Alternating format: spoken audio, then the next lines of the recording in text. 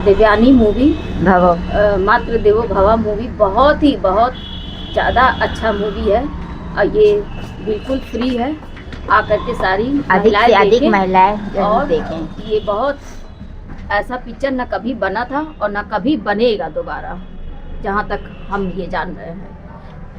आप हमारे डायरेक्टर साहब को क्या कहना चाहते हैं? उनका हम बहुत आभारी हैं कि भगवान उनको ऐसी प्रेरणा कहाँ से दिए कि वो उन्होंने एक महिला के दर्द को समझा और इतनी अच्छी मूवी सबके लिए बनाए और दिखा रहे हैं। इससे लड़कों को शिक्षा लेना चाहिए कि एक माँ का किस तरह से एक सम्मान होना चाहिए और उनका क्या दर्जा है, उसको वो कभी ना भूले। ये डायरेक्टर साहब का मेरे तरफ से बहुत बहुत धन्यवाद है। टिकट फ्री में है, आप ज़रूर आकर के देखें एक बार। कितनी शिक्षाप्रद पिक्चर है ये, एक माँ और बच्चे के लिए किस तरह से एक माँ अपने बच्चे को अलग करती है। ये संदेश ज़रूर देखिए। मातृदेवो पिक्चर बहुत अच्छी है, बहुत अच्छी पिक्चर है। वो जो माँ इसमें कर दी है वो कोई नहीं कर पाएगा।